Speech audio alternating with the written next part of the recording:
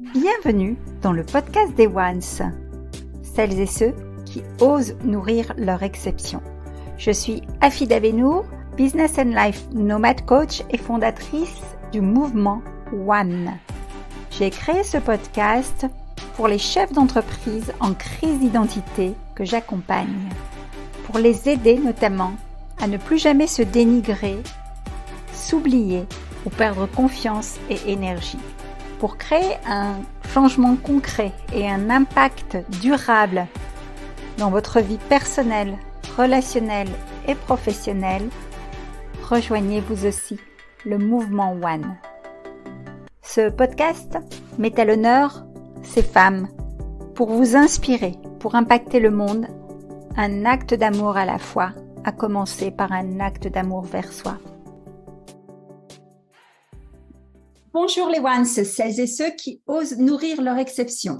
Aujourd'hui, j'ai le plaisir d'accueillir Caroline Vallant. Caroline, bonjour. Bonjour. Caroline Vallant est consultante, fondatrice du cabinet Biz, un cabinet de consulting qu'elle a fondé depuis 10 ans après avoir dirigé des entreprises liées à des projets d'innovation, notamment l'implication du digital dans les business. Elle a également lancé l'application My Favorite. Caroline a été sur scène lors d'un TEDx qui s'appelle « J'ai sauvé ma vie grâce à mon assiette » que je vous mettrai en lien. Mais ne tardons pas, nous allons découvrir Caroline. Comme à mon habitude, j'aime bien commencer par un portrait vérité de Once, où Caroline, je vais te poser quelques questions avant de te donner le micro et tu auras la libre expression de ton parcours et de ce que tu as à partager chez nous. Je vais essayer de bien répondre. N'essaye pas, on fait ici. Alors, tiens, c'est quoi ton plat favori? Je vais commencer par ça pour toi. Ah, c'est compliqué parce que, en fin de compte, il y a beaucoup de choses qui me mettent en énergie. Mon plat favori, j'ai envie de dire une bonne salade composée qui équilibre à la fois le végétal, la protéine et un peu de glucides. C'est pas très précis, je sais, c'est pas très sexy, mais moi je regarde beaucoup le plat en fonction de ce qui donne envie, les couleurs, les saveurs, avec des épices, des herbes, des graines. Et en même temps, je suis très regardante sur l'équilibre d'énergie que ça va me donner pour la journée. Top. On verra ça plus en détail après. Vous l'avez compris déjà, là, il y a un peu de spoiling. Hein. C'est son sujet de prédilection. Alors, ensuite, là, je vais te demander des réponses plus courtes, plus spontanées pour qu'on te découvre ton pays favori. La France? Yes. Très attachée à la France et tous les étés, on aime prendre la voiture et aller sur un endroit et découvrir. Une couleur préférée? Ah, moi, c'est le rouge. Yes, là c'est direct. Rouge, on sort, taureau. Très bien. Est-ce que tu as un livre de chevet en ce moment? Le problème, c'est que j'en ai toujours plusieurs en même temps, pour être honnête. C'est un problème, parce que je suis pareil que toi, mais celui vraiment qui touche le cœur. Ah, oh là là, c'est compliqué ça. Parce qu'il y a beaucoup de choses qui touchent mon cœur, mais puis moi, je suis sur des sujets à la fois scientifiques, des sujets d'évolution, de comportement. Alors, je vais changer la question pour t'aider. Ouais. Un livre que tu voudrais recommander, un incontournable de ta bibliothèque. Ah, ok. Je recommanderais de lire Le Bug humain. C'est qui l'auteur? Je ne connais pas. Je n'ai plus son nom en tête, j'étais en train de le chercher, mais je te donnerai les références. J'invite vraiment à lire ce livre. Le bug humain. Le Bug humain. Ok, qu'est-ce que tu as retenu de ce livre? En fait, c'est une approche très intelligente de la manière dont on peut se comporter et la manière dont on peut, en fin de compte, soit bien évoluer, bien fonctionner, bien être en énergie, et en même temps, la manière dont on peut, au travers de notre envie de nous socialiser, de nous freiner et de nous mettre en contre-pouvoir de nous-mêmes. Prometteur. Donc, il y a à la fois une lecture un peu scientifique, il y a une lecture très comportementale, psychologique, mais l'approche du bouquin est assez originale, en fait. Et j'aime bien cette notion du bug humain parce qu'en fait, il a été écrit récemment et il fait référence aussi à cette nouvelle société dans laquelle nous sommes, cette nouvelle civilisation qui fait que l'approche avec la technologie nous invite à nous reposer des questions sur notre propre humanité. Superbe. Je crois qu'on va en rester là avec le portrait vérité parce que tu nous as déjà dit beaucoup de choses et tu me donnes en plus, tu me tends la perche pour la transition parce que Caroline, justement, en ce moment, entre aujourd'hui dans un nouveau cycle de développement d'elle-même, de développement de ses business. Et ce podcast, justement, il est destiné à ce que tu nous partages ton moteur, peut-être tes projets aussi. Qu'est-ce qui fait aujourd'hui que tu es la femme entrepreneur que tu es aujourd'hui? Alors, je crois que depuis très jeune, j'avais un espèce de moteur qui a pris sa forme, hein. J'en ai pris conscience au fur et à mesure, mais j'ai toujours voulu être actrice de ma vie. Donc, ça pouvait me donner la réputation à l'époque, à l'école, d'être un peu rebelle, de ne pas faire comme les autres, pas forcément écouter sagement tout ce qu'on me disait, voilà. Mais je crois que ce moteur d'être acteur de soi a fait que du coup, mes choix, même s'ils ont été plus classiques, hein, j'ai fait une préparation au concours HEC, j'ai fait l'école de commerce, j'ai démarré une première vie professionnelle de salarié qui fait que très très vite, je me suis retrouvée sur des projets innovants, comme par hasard, et que j'ai créé en fait des business pour des business à un moment où on était à un tournant, notamment l'arrivée de l'ouverture du marché télécom et l'arrivée de l'Internet et du mobile. Donc, en fait, mon premier leitmotiv, ça a été comment, dans ma vie professionnelle, je peux travailler sur l'innovation. Et pour moi, l'innovation, c'est comment être acteur du processus dynamique à venir. Donc, être conscient de son processus dynamique actuel et comment trouver la solution qui marche de demain. Et ça a été tout mon parcours en tant que salarié dirigeant. J'ai été amenée en fait à très vite diriger une filiale que j'ai créée pour un groupe assez traditionnel, assez ancien, qui était le groupe 3 Suisse International avant son démantèlement après le crise subprime. Et en fait, ça m'a révélé dans ma capacité à entreprendre, en fait. Donc avant, je le faisais en tant que salarié. Du coup, j'ai voulu l'appliquer dans mon activité de conseil. Donc, j'ai créé le cabinet BIZ, B2EZ, BIZ, l'abeille, la ruche, on nourrit la biodiversité, bref. Tout ça pour dire que l'enjeu, c'était de dire, en fait, je visualisais le fait que les choses ne seraient plus de la même manière. Moi, le fait d'avoir travaillé avec le digital, j'ai vu la révolution que ça a provoqué dans notre relation client, notamment, puisque la dernière filiale que j'ai créée pour le groupe 3 Suisse, c'était une filiale de relations clients qui s'appelle Mezzo et qui existe toujours et qui a pris toute sa dimension. Et en fait, cette révolution provoquée par l'arrivée du numérique dans la relation commerciale, eh bien, m'a fait réaliser qu'en fait, tous les pans entiers de marché, que ce soit privé ou public, allaient devoir se révolutionner par rapport à l'arrivée du digital. Donc, j'avais une espèce de vision d'un espèce de banc de poissons à l'infini échoués sur la plage. Il y en avait qui étaient déjà morts, il y en a qui étaient en train de mourir, il y en a d'autres qui n'allaient pas tarder de mourir, et puis certains qui disaient « Oh là là là là, il y a un truc bizarre qui se passe, plus j'arrive vers la rive, et plus je sens qu'il va se passer un truc. » Donc, cette question de comment je fais dans cette nouvelle situation, qui est une vraie révolution technologique, hein, c'est la révolution technologique qu'on vit maintenant depuis l'après-guerre, hein, l'entre-deux-guerres, c'est véritablement une rupture de civilisation. Donc, ça nous amène chacun à se poser la question de comment on veut être acteur de notre processus dynamique, aussi bien dans notre vie sociétale à nous, hein, notre propre vie de citoyen, d'individu, mais aussi évidemment dans la vie privée et professionnelle. Et donc, j'ai d'abord travaillé là-dessus. Et puis après, à titre personnel, j'ai eu une histoire de maladie qui a fait que je me suis retrouvée face à un mur. J'étais vraiment en train de crever à petit feu et j'ai dû faire ma propre transformation. Donc du coup, j'ai vraiment vécu l'expérience de comment être acteur de soi. Et c'est là où effectivement l'alimentation, hein, comme je le dis dans ma conférence, j'ai sauvé ma vie grâce à mon assiette. Mon changement alimentaire, aussi ma façon de vivre, mon rythme, la manière de respirer, la manière de faire les choses, remettre de la douceur aussi, alors que j'étais une vraie guerrière. Je suis toujours une guerrière, mais avec un peu plus de douceur.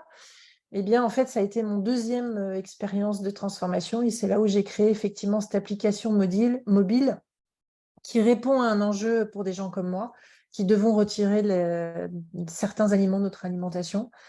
Et donc, c'est une appli qui est gratuite, accessible à tous ceux qui en ont besoin, qui est recommandée par les médecins et on se la refile de façon intime. Voilà. Donc, elle s'appelle My Favorite. My Favorite, ma solution culinaire.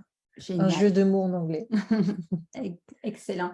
Alors, Caroline et moi, on se connaît puisqu'on est voisines, on est amies aussi. On a fait un bout de chemin ensemble depuis plusieurs années maintenant. Hein, et quand on aime, on ne compte plus. Donc, on vous taira par élégance le nombre d'années qu'on se connaît. Et ce que j'apprécie vraiment dans sa personnalité, c'est justement cette fougue dans l'art de créer les choses, cette constance aussi et une capacité à structurer les choses, à être un peu visionnaire et avant-gardiste. Et aujourd'hui, j'aimerais vraiment, on sent là ton parcours, un parcours très riche, hein, et on a toujours des discussions enflammées quand on est au resto ensemble sur tous les sujets de notre humanité, on va dire. Et ce que tu nous expliques par ton exemple, Caroline, c'est un parcours, c'est un cycle, c'est aller chercher toutes ces expériences que tu as vécues jusqu'à maintenant pour aujourd'hui, dans ce nouveau cycle dans lequel tu entres. Est-ce que tu veux bien nous parler, avec ce que tu as envie de nous révéler, bien sûr, de ton nouveau projet et quelles sont les pièces maîtresses, justement, de ton parcours qui te servent aujourd'hui pour justement entamer ce nouveau cycle? Alors, je pense qu'il y a un fil conducteur depuis le début qui est un peu ces leitmotifs que j'ai exprimés, qui est comment être acteur de soi. Je pense que plus je vieillis, plus ça s'aiguise. Plus tu mûris, tu veux dire, c'est ça? Oui, plus ça devient très déterminant en fait. Donc au début, j'en avais pas vraiment conscience et après, j'ai commencé à comprendre. Et puis cette expérience personnelle où j'étais au pied du mur, j'étais en train de crever, clairement, j'ai vraiment réalisé que j'ai besoin d'aller au bout de ce que je veux pour moi-même. C'est pas forcément égoïste ce que je dis, mais un peu quand même. C'est-à-dire qu'à un moment donné, je sens qu'il faut que j'aille dans cette direction. Je sens que mon cap, il est là et que même si aujourd'hui, je suis en train d'œuvrer dans un contexte, d'une certaine manière, il faut que les choses changent. Donc, c'est un processus dynamique de développement. C'est une spirale dynamique de développement dans laquelle je suis. Et donc, je suis tout le temps en itération, comme on dit, en expérimentation. Ouais, on Mais a ça, travaillé effectivement sur des expériences de design thinking ensemble, où là, on reprend vraiment le projet à la base et c'est là où est ta force, c'est justement d'avoir une vision globale sur un projet, de pouvoir vraiment l'analyser au départ, de construire, de déconstruire pour pouvoir tracer le bon chemin. Et alors, n'oublie pas que le public qui nous écoute, c'est justement des femmes entrepreneurs comme toi et moi, hein, qui ont 10 000 idées à la minute et qui ont la chance de pouvoir se donner les moyens de les réaliser à force de cœur, à force d'intelligence, à force de travail. Hein, on ne va pas se mentir, il n'y a rien sans rien. On est quasiment jumelles d'âge et on s'est toujours connues hyper actives et hyper bosseuses, tout en prenant plaisir quand même à ce que l'on fait. Et si tu avais 3 conseils à communiquer justement à cette audience par rapport à comment justement bien vivre ce cycle de transformation, bien vivre ce processus dynamique du développement de soi, comme tu dis, qu'est-ce que tu aurais envie de partager? alors, il y a un truc qui est sûr et qui est constant, c'est il faut toujours écouter cette petite voix qu'on a, où à un moment donné, on vit les choses d'une certaine manière et on se dit, mais je sens bien qu'il faut faire autrement. Il y a plein de signaux, il y a comme un alignement de planètes et cette petite voix, elle est la nôtre, personne d'autre ne peut la voir et en fait, il faut la respecter. Donc ça, c'est vraiment l'élément clé à mon avis, c'est la constance et honnêtement, alors bon, moi j'ai du caractère, je suis un peu guerrière, mais je vais être franche, je suis comme tout le monde. Notre entourage, notre environnement va passer son temps à nous dire l'inverse. Et je pense même qu'aujourd'hui, notre société actuellement, qui est vraiment en schizophrénie, il faut être très clair, je pense qu'elle est encore plus violente là-dessus. Donc, s'il y a quelque chose de fondamental, c'est qu'on doit suivre cette petite voie qu'on peut appeler l'intuition, l'instinct, la créativité, peu importe. On est tout le temps, on est un élément biologique, donc on est tout le temps en adaptation. Pourquoi on serait différent des autres mammifères? C'est pas logique. Donc, on s'adapte. Et on s'adapte à une société qui est en mouvement et dans laquelle on cherche en permanence notre place. Donc, il faut écouter cette petite voix. Le deuxième truc, c'est que pour pouvoir prendre conscience de cette petite voix, parce que parfois c'est compliqué de garder ça pour soi, prenez un carnet et écrivez. Peut-être pas écrire tout le temps, parce que voilà, vous n'avez pas votre carnet de notes perso, même si c'est intéressant, mais à un moment donné, si vous sentez qu'il est important de pouvoir vous poser là-dessus, la meilleure manière d'accoucher, c'est vraiment le terme, de cette petite voix, de ce qu'elle nous dit, c'est de formaliser. Alors, vous pouvez formaliser en écrivant, en faisant des schémas, mais il faut que vous arriviez à voir ce que vous avez dans votre tête. Donc, c'est ce qu'on appelle en innovation, passer de l'idéation à la conception. Le début de la conception, c'est le début de l'écriture, en fait, d'une innovation. Ça ne veut pas dire qu'elle va exister en tant que telle, mais c'est le premier accouchement, en fait. Donc, il faut sortir ce qu'on a dans la tête. Alors, évidemment, c'est dans la tête, dans le cœur, etc. Et il faut respecter ce qu'on écrit.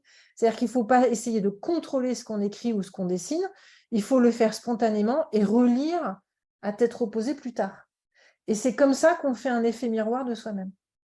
Un effet miroir et quelque part aussi, c'est comme si on créait un nouveau chemin neuronal peut-être que le cerveau a jusque maintenant pas conscientisé, parce que l'écriture aide à cela. Hein. Quand on écrit, quand on prend des notes, moi je suis une femme d'écriture, j'adore écrire, j'ai plein de petits carnets. Là, on vient de faire une réunion préalable avec Caroline. On s'est fait des dessins, des schémas, on a partagé nos notes pour justement ancrer dans la matière quelque part ces idées, les déposer. Et effectivement, elles vont maturer, elles vont se construire. Ok, super. Et le troisième tips que tu voudrais partager, ce serait quoi? Alors, le troisième, il est hyper important et on n'a pas forcément le réflexe de le faire. C'est qu'avant d'imaginer que ce qu'on a idéalisé, conçu, c'est à l'écriture, même si notre idée est bonne, il faut tester. Alors, quand je dis ça, c'est juste pour dire qu'à un moment donné, ce dont on a besoin, c'est aussi en harmonie avec son contexte, avec son environnement. Et en fait, la difficulté dans l'innovation de soi ou l'innovation de quelque chose, c'est qu'on peut se dire, moi, je suis convaincue que j'ai raison. Mais en fait, écouter sa voix, c'est fondamental, mais tester son idée, ça permet en fait de faire ce qu'on appelle en innovation le POC, la preuve de concept, qui est en fait d'aller interroger son environnement pour voir comment il se l'approprie. Et en fait, l'intérêt de ça, c'est pas du tout... en fait, on ne va pas du tout avoir des gens qui vont nous juger ou nous scléroser, ils vont plutôt enrichir le truc. Absolument. Et en fait, ils vont nous amener à donner une justesse de ce qu'on a envie de changer. Donc, en fait, il ne faut pas le garder pour soi. Ce troisième point, c'est de dire qu'il ne faut pas s'auto-analyser, auto-concevoir, etc. Il ne faut pas rester enfermé. Il faut casser l'isolement. Et c'est là où il faut aller tester. Et en fait, il faut avoir l'humilité de se dire, je teste. Donc, je prends le risque de tester, mais en même temps, je ne prends pas le risque d'établir le changement définitivement. Quand on change d'alimentation, ce qui a été mon cas, même si on m'a dit à un moment donné, il fallait vraiment le faire parce que sinon, j'allais continuer à être malade et en mourir, en fait, j'ai testé au début. Et en fait, le test m'a permis de me conforter sur le fait que le corps réagissait avec beaucoup de bénéfices. Donc, du coup, ça m'a conforté sur le fait que c'était la bonne voie. Avec des résultats concrets, spectaculaires, parce que Caroline, c'est une femme en pleine santé avec des cheveux magnifiques, des ongles magnifiques, une alimentation extraordinaire. J'avoue, franchement, je complexe un peu quand on dîne ensemble parce qu'elle est très exigeante sur ce qu'elle veut. Moi qui suis une hédoniste, on est toutes les deux hédonistes, on va dire. Alors, moi, je suis du Sud par mes parents. Mes parents habitent à Nice, mais en fait, moi, je suis née à Paris, mais mes parents sont de la Méditerranée, donc Montpellier et Carcassonne, en fait. Donc, ça aide un donc, peu, effectivement. Voilà. Mais on a des origines méditerranéennes, ouais. Donc, pour autant, ce que tu nous expliques, trêve de plaisanterie, c'est que derrière ça, il y a quand même un message subliminal très, très important. C'est une décision d'amorcer ces changements. Et c'est très important de pouvoir mesurer justement l'effet et l'impact que ça a. Parfois, la décision, elle peut être difficile à prendre, mais quand on la prend et qu'on mesure des changements concrets derrière, effectivement, ça stimule à continuer dans la voie, quoi. Waouh. Bon, on pourrait vous parler des heures, mais vous vous doutez que ce format, justement, est volontairement fait pour vous faire découvrir des personnalités. Je voudrais juste que tu nous parles un petit peu, Caro, de ton actualité du moment, si tu veux bien, et aussi comment on te retrouve prochainement sur les réseaux pour en savoir plus, pour aller découvrir ce TEDx notamment fabuleux, mais aussi l'actualité et les éventuels projets en cours. En fait, comme j'écoute ma voix plusieurs fois dans ma vie, aujourd'hui, j'ai passé la cinquantaine, donc je suis peut-être dans un nouveau cycle, je ne sais pas. En tout cas, je suis en train de me tuer pour renaître. Donc, je continue mon activité de conseil, mais je l'ai mis un petit peu en veille parce qu'en fait, j'ai à cœur de mettre en place un nouveau projet qui concerne un contenu digital autour du changement alimentaire. Ça fait 10 ans que je pratique pour moi-même. Ça fait 10 ans que j'ai de nombreuses personnes qui me posent 1 milliard de questions sur comment améliorer les choses, être plus en énergie, plus en forme, comment faire, comment s'organiser dans son changement, comment accélérer le changement, comment l'enclencher. Enfin bref, voilà. Et en fait, aujourd'hui, j'ai vraiment ressenti le besoin d'écouter cette petite voix qui était encore enfouie, de dire il faut que je rassemble tout ce que j'ai déjà pu faire à droite, à gauche, et que je construise un chemin plus visible, plus lisible pour toutes ces personnes qui ont besoin d'être aidées, et donc de remplir plus complètement cette mission pour laquelle je veux être utile, qui est d'aider les personnes à trouver leur chemin pour être en énergie, en forme au quotidien, sachant que l'alimentation est évidemment un élément fondamental. Alors, il n'y a pas que ça, mais c'est quand même notre carburant pour fonctionner. C'est comme si vous mettiez du diesel dans votre voiture d'essence, quoi. C'est du non-sens. Aujourd'hui, je pense que malheureusement, on fait un peu ça tous les jours. Alors, c'est peut-être pas être dans une situation de changement alimentaire comme la mienne, parce que moi, c'est des raisons de santé, mais c'est peut-être améliorer des choses au quotidien qui font que on se sent un peu moins fatigué, on assume mieux la ménopause, on a envie de réduire un peu le sucre parce qu'on trouve qu'on mange un peu trop de sucre. Voilà. On peut avoir 15 milliards de raisons de changer d'alimentation, ne serait-ce que par conviction, parce qu'on se dit j'aimerais manger un peu plus végétal pour plein de raisons. Mais ça se fait pas comme ça, il faut bien le vivre. Et c'est ce que tu disais tout à l'heure, c'est hyper important de le faire en gardant le plaisir de manger. Absolument. En fait, il ne faut pas le vivre comme une restriction, comme une contrainte, comme une punition, quoi. Ça n'a rien à voir. Et c'est ça que je veux témoigner aussi, parce que ça fait 10 ans que, en fait, vraiment, je me fais plaisir à manger, tout en travaillant mon énergie au quotidien. J'ai repris mon sport de compétition, l'équitation. Tu le sais, je fais des championnats. C'est très exigeant physiquement et mentalement. Et en fait, je sais très bien comment manger pour pouvoir gérer ces journées superbes avec les chevaux. Wow. Voilà. Et être un modèle d'ailleurs pour cette communauté de champions qui t'entourent et qui te sollicitent beaucoup au niveau des conseils et autres. Et ce que Caroline nous partage, et merci de l'avoir partagé parce que je connais ton humilité et enfin tu en parles, c'est aussi quand on a un pourquoi fort.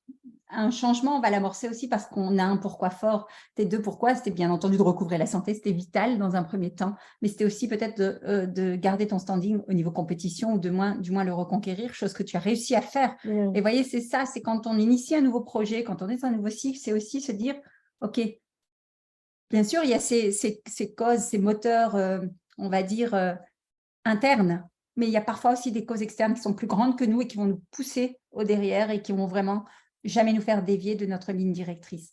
Écoute, je te souhaite tout le meilleur pour ce nouveau cycle que je vais suivre évidemment avec passion comme toujours parce que Caroline et moi, on collabore ensemble sur certains projets, on se suit, on se tire vers le haut, on fait partie de ces communautés de femmes, je pense, qui sont un peu visionnaires et qui ont justement cette vision du coup d'après, de cette entraide sans cette notion de compétition pour le coup, et de partage, hein, parce qu'on a une générosité de partage, je peux le dire ici. Je pense que le moteur, c'est l'émulation, en fait. Ouais. La compétition, c'est aussi l'émulation. Il y a une compétition négative et positive. Je pense que ce qui fonctionne dans la performance, c'est aussi l'émulation. Donc, il faut s'inspirer des uns et des autres. Et en fait, c'est l'enrichissement par la diversité. C'est ça qui est top. C'est clair, c'est clair. Donc, je vais lancer une chaîne YouTube. Il y aura un blog. Et donc, tout ça, c'est en train de se lancer. Je pense qu'au moment où vous entendrez ce témoignage, il y aura moyen de mettre les liens de tout ce qu'il y a à disposition. En tous les cas, je vous mettrai d'ores et déjà le lien du TEDx et les coordonnées pour suivre Caroline et son cheminement. Et si vous avez des questions lorsque vous entendez ce podcast, bien entendu, on se tient à votre écoute. Ce sera avec joie qu'on pourra interagir et répondre. En tous les cas, comme vous le voyez encore aujourd'hui, je suis privilégiée d'inviter sur cette chaîne des femmes de cœur, des femmes qui avancent avec le cœur, avec l'énergie du cœur. Et c'est mon but. Et donc, je vais te laisser le mot de la fin, Caroline. Oula. C'est ça, oula, le mot de la fin. Oula. Non, je pense que en fait, quelle que soit notre histoire, on peut vraiment être acteur de sa vie. Et qu'en fait, c'est pas parce qu'il y a beaucoup de pression autour de la femme, honnêtement, il y a beaucoup de pression, qu'en fait, on ne peut pas réaliser tous ses rêves. Et donc, allez-y, foncez. Super. Osez nourrir votre exception, mesdames. À très bientôt. Si ce podcast vous a plu, n'hésitez pas à le partager, à le relayer, à commenter, à nous envoyer vos commentaires, vos messages, vos questions. Ce sera avec une grande joie qu'on vous répondra. Et je vous dis à très bientôt, les ones. Si ce podcast vous a plu, n'hésitez pas à chaque enregistrement, à chaque écoute, à nous mettre un commentaire, un avis. Cela nous réchauffera le cœur. Vous pouvez également, si vous le désirez, passer de l'autre côté du micro, simplement en me contactant. Et à très bientôt.